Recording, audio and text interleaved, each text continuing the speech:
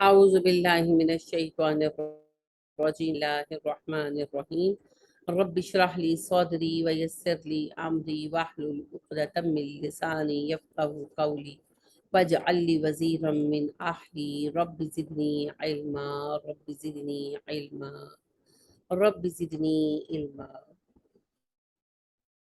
آمین بسم اللہ الرحمن الرحیم السلام علیکم ورحمۃ اللہ وبرکاتہ۔ سورہ بقرہ آیت نمبر 151 سے 151 سے ہم پڑھیں گے انشاءاللہ۔ یہاں پر ایک بات میں عرض کرتی چلوں، ہم نے آیت نمبر 150 میں پڑھا، اللہ نے فرمایا فَلَا تَخْشَوْهُمْ وَخْشَوْنِ، انسانوں سے مت ڈرا کرو، مجھ سے ڈرو۔ جب تم مجھ سے ڈرو گے وَلِيُتِمَّ نِعْمَتِي عَلَيْكُمْ، تو میں اپنی نعمت تم پر تمام کر دوں گا، وَلَعَلَّكُمْ تَهْتَدُونَ، اور اس طرح تم ہدایت بھی حاصل کر لو گے۔ تو خشیت ہے اللہ کے عظمت کے احساس کے تحت میں آپ کو بتاؤں، یعنی اللہ جیسی عظیم ہستی کو ایک دن میں نے جواب دینا ہے، میری اکاؤنٹبلٹی ہونی ہے، اس احساس کے تحت ہمیں اپنے آپ کو چینج کرنا۔ خشیت، یہ جو خشیت ہے یہ خالصتاً اللہ کی رضا کے لیے۔ بہت سارے کام ہیں جو برے ہی سمجھے جاتے ہیں اور ہم انہیں سوشلی نہیں کرتے، جھوٹ بولنا، غیبت کرنا، کسی کا مذاق اڑانا، ہم اس لیے نہیں کرتے کہ لوگ برا سمجھیں گے، تو وہ خشیت نہیں ہے۔ ایک انسان شراب پیتا ہے اور اس کے لنگس خراب ہونے شروع ہوئے، بیمار پڑ گیا، ڈاکٹر نے کہا اگر نہیں چھوڑو گے شراب پینا تو برباد ہو جاؤ گے، اس نے صحت کے خوف سے شراب چھوڑ دی، اچھی بات ہے، لیکن اس میں خشیت نہیں ہے، تقویٰ نہیں ہے۔ وہ صرف تب ہوگا جب صرف اللہ کے خوف سے چھوڑا، وہ صرف تب ہوگا جب اللہ کے خوف سے چھوڑا۔ تو کوئی بھی ایسی چیز ہم لوگ اسے سوشلی برا سمجھیں، میڈیکلی برا سمجھیں، فلسافیکلی برا سمجھیں اور نہ اپنائیں یا ترک کر دیں، تو یہ خشیت میں نہیں آتا۔ خشیت صرف وہ ہے جو اللہ سبحانہ و تعالیٰ کی عظمت کو محسوس کرتے ہوئے، یہ سمجھتے ہوئے کہ ایک دن میں نے اللہ کو جواب دینا ہے، ہم برائی سے بچیں یا برے کام کو چھوڑ دیں، وہ خشیت۔ اور اسی خشیت سے انسان تبدیل ہوتا ہے۔ یہی چیز صحابہ میں تھی، یہی چیز نبی کریم صلی اللہ علیہ وسلم اور سارے انبیاء کرام علیہ السلام میں تھی، اور یہی نیکی کی بنیاد ہے۔ میں اللہ کو کیا جواب دوں گا؟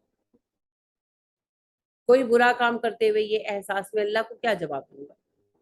پھر یہ خشیت تنہائی میں بھی انسان کو اچھا انسان بناتی ہے۔ جیسے یوسف علیہ السلام، ان کا واقعہ آپ سب سورہ یوسف میں پڑھتے ہیں کہ جب جس وزیر نے انہیں اڈاپٹ کیا تھا، اس کی بیوی نے انہیں انوائٹ کیا اپنی طرف، تو وہ کہنے لگے کہ نہیں، میں اپنے رب کے حکم کے خلاف نہیں چل سکتا، میرے اللہ نے اتنے احسانات کیے اور میں یہ گناہ کروں، تو وہ پھر اپنے آپ کو بچا گئے۔ تو یہ خشیت جو ہے پھر انسان کو تنہائی ہو یا وہ پبلک میں بیٹھا ہو، خلوت جلوت، ہر طرح سے ایک نیک انسان بنا۔ تو یہ خالص خالص اسلامی تصور، اللہ کی رضا کے لیے میں نے برا کام نہیں کرنا، چاہے میں اکیلا بیٹھا ہوں، کوئی مجھے دیکھنے والا نہیں۔ جب یہ تصور ہم بچوں میں پیدا کر دیں گے، یوتھ میں پیدا کر دیں گے، پھر وہ دنیا میں کہیں بھی جائیں، پھر نہیں وہ بگڑتے۔ جب انہیں ایک دفعہ یہ چیز سمجھ آ جائے گی کہ میں اپنے موبائل کی ہسٹری ڈیلیٹ کر سکتا ہوں، اللہ کے ہاں جو لیجر لکھا گیا وہ ڈیلیٹ نہیں ہو سکتا، میں ماں باپ سے چھپا سکتا ہوں اپنے کمپیوٹر کا ڈیٹا ریموو کر کے، اللہ پاک سے نہیں چھپا سکتا۔ ایک دفعہ جب یہ بات ذہن میں بیٹھ جائے گی تو پھر انشاءاللہ وہی بات ہے، وہ امریکہ جائیں، وہ یورپ جائیں، وہ فرانس جائیں، وہ کہیں جائیں، وہ خیر کے ساتھ اپنے آپ کو سنبھال کر ہی رکھیں انشاءاللہ۔ اور اگر کبھی کوئی غلطی ہوگی، انسان ہے، ضروری نہیں باہر ہی جا کر وہ اپنے ملک میں رہ کر بھی ہو جاتی ہے، تو کوئی غلطی ہو گئی تو پھر وہ پلٹ آئیں گے استغفار کر انشاءاللہ۔ تو ظاہر ہے بچے ہیں، انسان ہیں، بڑے ہونا ہے، ہم انہیں ٹوکروں کے نیچے بند کر کے تو نہیں رکھ سکتے، انہوں نے دنیا میں جانا ہے، کام کرنے، اپنی زندگی جینی ہے اور بہت کچھ کرنا ہے۔ تو پھر ایک ہی رستہ ہے، ان کے ہاتھ میں قرآن کی ڈور تھما دیں، بس ان کے اندر یہ احساس پیدا کر دیں کہ وہ اللہ کے سامنے آنسریبل ہے، دیٹس آل، باقی انہیں چھوڑ دیں۔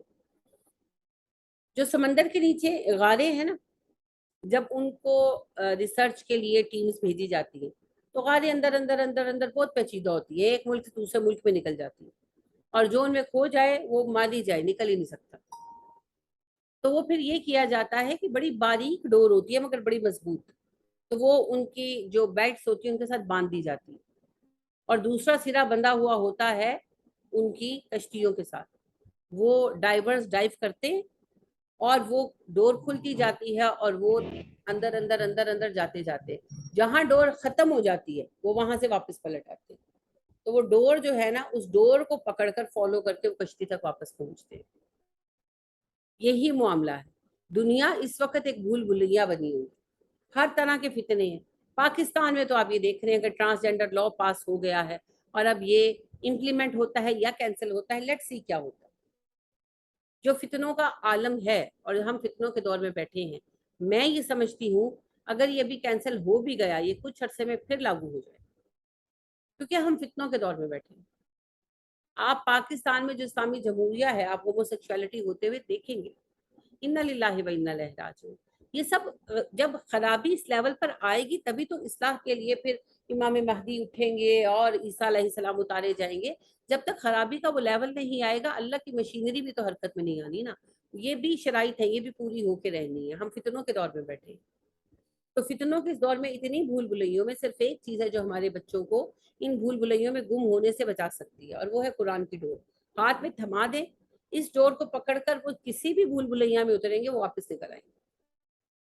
تو بس یہ احساس دلوں کے اندر پیدا کر دیں، یہ بات انہیں بچپن سے سمجھا دے، بتا دے، سکھا دے، انشاءاللہ انشاءاللہ کہیں بھی جائیں گے نا واپس لوٹ کر آئیں گے انشاءاللہ۔ اور اس احساس کا نتیجہ کیا ہوگا؟ اگر ہم اللہ سبحانہ و تعالیٰ کو حاضر و ناظر مانتے ہیں، اپنے اوپر اللہ کی اکاؤنٹیبلٹی رکھتے ہیں، تو پھر اللہ کہتے ہیں ولی اتم نعمتی علیکم، میں اپنی نعمت تم پر تمام کر دوں گا۔ نعمت تمام کرنا کیا ہے؟ ہدایت دے دینا، جو اللہ نے علیحدہ بھی بیان کر دیا، اور انسان کو دنیا میں اور آخرت میں کامیاب کر دینا، کیونکہ یہ وہ دعا ہے جو اللہ نے ہر امت کو ایک دعا جو ہے الاٹ کی ہے۔ ہماری وہ دعا ہے ربنا آتنا فی الدنیا حسنۃ وفی الآخرۃ حسنۃ وقنا عذاب النار۔ اللہ دنیا میں بھی حسنات عطا کر دے، آخرت میں بھی حسنات عطا کر دے، اور جنتی بنا دے، جہنم سے بچا دے۔ تو یہ ہے نعمت کا مکمل ہونا، اتمام نعمت، وہ انشاءاللہ پھر اللہ کر دے۔ اور اللہ ہمیں ہدایت دیں گے، مطلب ایک ہدایت ہوتی ہے کولیکٹیو، اور ایک ہدایت ہوتی ہے پرسنل۔ ظاہر ہے ہماری زندگی کے پرسنل میٹر چلتے رہتے ہیں، ہمیں ڈیسیژنز کرنے ہوتے ہیں، ہمیں رستہ اختیار کرنا ہوتا ہے، بہت چھوٹے چھوٹے معاملوں سے لے کر بڑے بڑے معاملوں تک۔ بچوں کی شادیاں، اکٹھے رہنا ہے، الگ ہونا ہے، کہاں شادی کرنی ہے، بچے کو کس اسکول میں ڈالنا ہے، یہ سارے معاملے کہیں نہ کہیں ہماری زندگی کے نتائج کے ساتھ جڑے ہوئے ہیں۔ تو ان سب میں ہم صحیح فیصلہ کریں، صحیح رستہ چنیں، یہاں سے شروع ہو کر زندگی کے بڑے بڑے معاملات، کاروباری معاملات ہو گئے اور جو کچھ بھی ہے، ان سب معاملوں کے ساتھ ہمیں فیصلے کی قوت چاہیے، اور ہم صحیح فیصلہ کر سکتے ہیں۔ پھر ہر بندہ کسی نہ کسی معاملے میں ذمہ دار ہے نا، یعنی کہ جیسے ماں باپ بچوں کے ذمہ دار ہیں، جو گھر کے بالکل بڑے ہیں وہ پوری فیملی کے ذمہ دار ہیں، اگر کوئی کاؤنسلر ہے تو وہ پورے محلے کا ذمہ دار ہے۔ پھر آ جائیں آگے آپ تو دیکھیں کہ میئر ہے، اور چیف منسٹر ہے، اور منسٹرز ہیں، پھر اوپر پرائم منسٹر ہے۔ ہر بندہ ذمہ دار ہے، ہر بندے کا فیصلہ پورے اس کے زیر نگرانی افراد کو متاثر کرتا ہے۔ تو صحیح قوت فیصلہ، صحیح فیصلہ صحیح وقت پر کرنا، یہ بہت بڑی عنایت ہے اللہ کی، اس کی ہدایت اللہ عطا کرتے ہیں۔ تو یہ پرسنل لیول پر بھی اللہ ہمیں پھر وہ خدا دے دیتے ہیں کہ ہم صحیح فیصلے کر سکتے ہیں، کولیکٹیو لیول پر بھی اللہ اس کی توفیق دے دیتے ہیں انشاءاللہ۔ کما جیسا کہ ارسلنا بھیجا ہم نے، فیکم تمہارے مابین، رسولن ایک رسول، منکم جو تمہیں میں سے۔ اللہ بڑی خوبصورت بات کہہ رہے، اللہ کہتے ہیں ہم نے تمہارے لیے قبلہ مقرر کیا اسی طرح جس طرح ہم نے تمہارے مابین ایک رسول بھیجا ہے جو تم میں سے ہی ہے۔ تم میں سے ہونے سے کیا مراد ہے؟ کہ نبی کریم صلی اللہ علیہ وسلم فرسٹ آف آل انسان تھے، انسان تھے۔ آپ صلی اللہ علیہ وآلہ وسلم ہمیں میں سے ایک تھے۔ ایک انسان انسانوں کی مجبوری سمجھ سکتا ہے، غیر انسان کیسے سمجھ سکتا ہے؟ پھر اس کے بعد اللہ نے عربوں کو مرکز بنا دیا نا، عرب کو، تو اللہ سبحانہ و تعالیٰ نے پھر عربوں میں سے ہی رسول اٹھائے تاکہ کوئی لینگویج بیریئر نہ آئے، کوئی پریشانی اس وقت نہ آئے. بعد میں تو بڑے لیول پر کام ہو رہا ہے، تو لینگویج بیریئر اور اس طرح کی پریشانیوں سے ہم نمٹ سکتے ہیں. یتلو وہ تلاوت کرتا ہے، علیکم تم پر، آیاتنا ہماری آیتیں، وہ تم پر ہماری آیتیں تلاوت کرتا ہے. تلاوت کرنے سے مراد پڑھ کر سنانا ہے. تو ہمارے یہاں بھی ایسا ہوتا ہے. آپ صبح دیکھتے ہیں مختلف چینلز پر پروگرام چلتا ہے، پہلے آیت پڑھی جاتی پھر اس کا ترجمہ، وہ اسی میں آتا ہے. عربوں کو اس کی ضرورت نہیں تھی کیونکہ انہیں ترجمہ خود ہی سمجھ آ جاتا. اس وجہ سے ان کے لیے نبی کریم صلی اللہ علیہ وسلم نے کبھی ترجمہ بیان کرنے کی ضرورت نہیں سمجھی. ہم جب کسی کو سمجھاتے ہیں بے شک ہم تشریح میں نہ جائیں مگر ترجمہ ساتھ آ جاتا ہے، کیونکہ تلا یتلو جو ہے اس کا مطلب ہوتا ہے ایک کے پیچھے دوسرا. انڈرسٹینڈنگ اس کے اندر خود بخود شامل ہے. ٹھیک ہے. جو تلاوت ہے اس کا مطلب ہے سمجھ کر پڑھنا. یہ غلط فہمی ہے کہ بغیر سمجھے پڑھے جانا تلاوت ہے، نہیں، وہ تلاوت نہیں ہے. تلا یتلو کا مطلب ہے ایک کے پیچھے دوسرا. سواری پر جو پیچھے بیٹھا ہوا ہوتا ہے نا اسے تلا کہتے ہیں عربی. تو ایک کے پیچھے دوسرا یعنی لفظ کے پیچھے اس کا معنی، یہ عربی ڈکشنری کے اپنے معنی. لہذا تلاوت سے مراد ہے کسی چیز کو سمجھ کر پڑھنا، ریڈنگ. اب یہ جو ریڈنگ ہے نبی کریم صلی اللہ علیہ وسلم کرتے تھے. عربوں کو ترجمہ بتانے کی ضرورت نہیں، جنہیں ترجمہ آتا تھا. ہمارے یہاں آیت پڑھ کر اس کا ترجمہ بیان کر دیا جاتا ہے تو بالکل صحیح ہے، اس میں کوئی خرابی نہیں. مگر قرآن کا پڑھ کر سنانا تعلیم کا ایک بڑا حصہ ہے.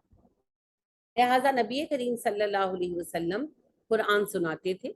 جب آپ کے پاس لوگ آتے کوشچنز لے کر آتے تو بھی آپ صلی اللہ علیہ وسلم جواب میں قرآن ہی سناتے ہوگا. اور ہمیں بھی اپنی ہدایت کے لیے قرآن سننا چاہیے، ہے نا. بعض اوقات دلوں پر بات اثر نہیں کرتی، ہم محسوس کرتے ہیں کہ ہم سست ہو گئے ہیں، سلگش ہو گئے ہیں دین میں، دنیا میں بہت پڑھ رہے ہیں، تو اس وقت کیا کریں؟ قرآن سنیں. قرآن کی تلاوت کو سننا اپنی عادت بنائیں. قرآن سننے سے چینج آتا ہے، کیونکہ سما سننا لسننگ یہ علم کا پہلا زینہ ہے، اور قرآن کا سننا دلوں کے سختی کو دور کرنے کا بڑا سبب. میوزک کا فتنہ پتہ ہے کیا ہے؟ میوزک کا فتنہ یہی ہے کہ فارغ ٹائم سارا میوزک سننے میں گزر جاتا ہے نا. جو میوزک لورز ہوتے ہیں پھر عادت پڑ جاتی ہے تو 10 منٹ بھی بیٹھتے ہیں تو وہ میوزک چلا لیتے ہیں. وہ ہر وقت میوزک سنتے رہتے ہیں اور قرآن سننے سے محروم ہو جاتے ہیں. یہ بہت بڑا فتنہ ہے جس کی وجہ سے پھر دل سخت ہوتے ہیں اور ہوتے چلے جاتے ہیں.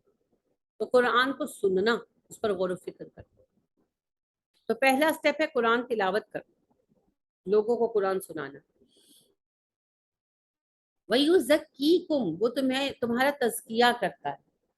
تزکیہ ہوتا ہے جی گروم کرنا، کسی کو سنوارنا. ازکا ہوتا ہے بہت پاک، بہت صاف، بہت ستھرا. تو تزکیہ اسی سے ہے. تزکیہ کہتے ہیں سنوارنے کو، خوبصورت بنانے کو. یہ کاٹ چھانٹ جو ہم درختوں کی تلاش کرتے ہیں نا اس کو بھی تزکیہ کہتے ہیں. ٹھیک ہے. تو تزکیہ سے مراد ہے کسی کی گرومنگ کرنا. تو قرآن مجید کا اصل مقصد ہی ہماری شخصیات کو بہتر بنانا ہے، ہماری گرومنگ کرنا ہے. تو قرآن کے ٹیچر کا یہ کام ہے کہ وہ گرومنگ کرے، ڈائریکٹ نہ کرے، انڈائریکٹ کرے، مگر گرومنگ ہوگی. ایک سب سے اہم بات تو یہی شعور پیدا کرنا ہے کہ قرآن اس لیے نہیں پڑھنا کہ کوئی ڈگری مل جائے. جیسے جب ہم نے یہ کورس شروع کیا تو محلے میں لوگوں سے کہا تو ایک سے زائد لوگوں نے مجھے پوچھا کہ ان پر سرٹیفکیٹ ملے گا. میں نے کہا نہیں، ہم ابھی تو سرٹیفکیٹ نہیں لے رہے، کوئی سرٹیفکیٹ کورس نہیں ہے. لیکن بات یہ ہے کہ یہ علم بیونڈ دا سرٹیفکیٹ ہے. اس کا سرٹیفکیٹ دراصل ہمارے کردار کی تبدیلی. ہمیں قرآن اس لیے نہیں پڑھنا کہ ہم کوئی سرٹیفکیٹ حاصل کر سکیں. ہمیں مل جاتے تو اٹس اوکے، لیکن اس لیے پڑھنا نہیں ہے. نہ ہی قرآن ہمیں اس لیے پڑھنا ہے کہ ہم کسی کو جواب دے سکیں منہ توڑ کے. مجھے کسی نے کہا once I have met a woman and she told me that I have joined a class so I can give a shut up call to someone.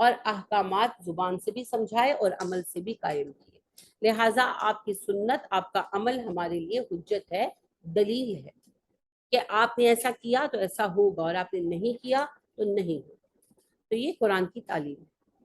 قرآن کیا سکھا رہا ہے، کیا بتا رہا ہے، اور ہم اس پر عمل پیرا کس طرح ہو سکتے ہیں۔ والحکمت، اور وہ حکمت کی بھی تعلیم دیتا ہے۔ حکمہ کہتے ہیں عقل کو، دانائی کو، وہ بات جس میں گہرائی ہو، جس میں وزڈم ہو۔ تو نبی کریم صلی اللہ علیہ وسلم نے قرآن کے علم کی روشنی میں جو کچھ سکھایا وہ سب حکمت۔ تو آپ صلی اللہ علیہ وسلم کی احادیث دراصل، ٹھیک ہے، آپ صلی اللہ علیہ وسلم کی احادیث، آپ کے فرمودات سب حکمت میں آتے ہیں۔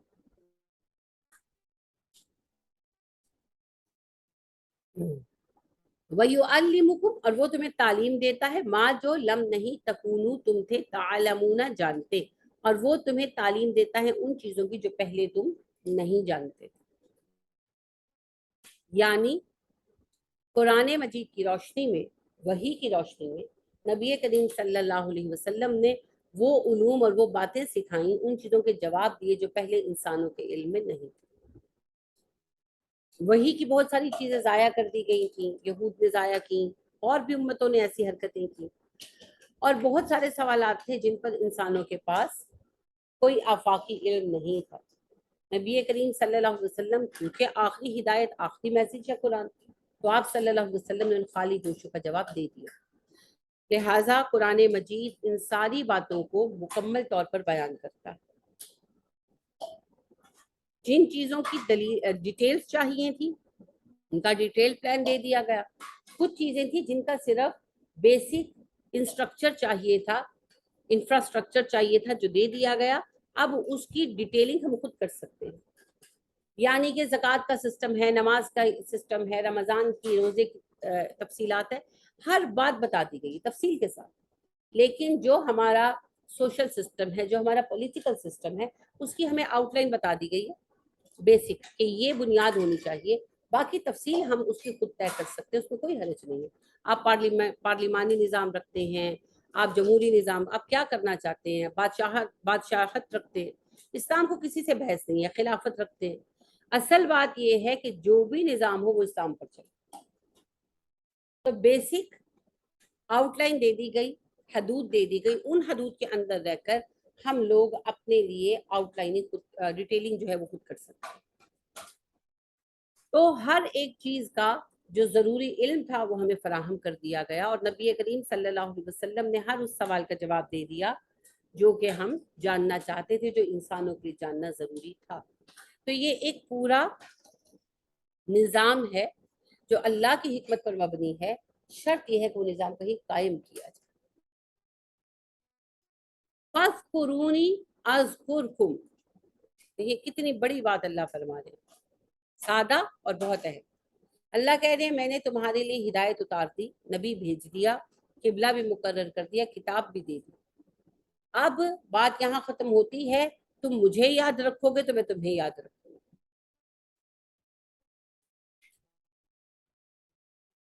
ذکر، یاد کرنے کو بھی کہتے ہیں، زبان سے یاد کرنا بھی ذکر ہے، یاد رکھنا بھی ذکر ہے۔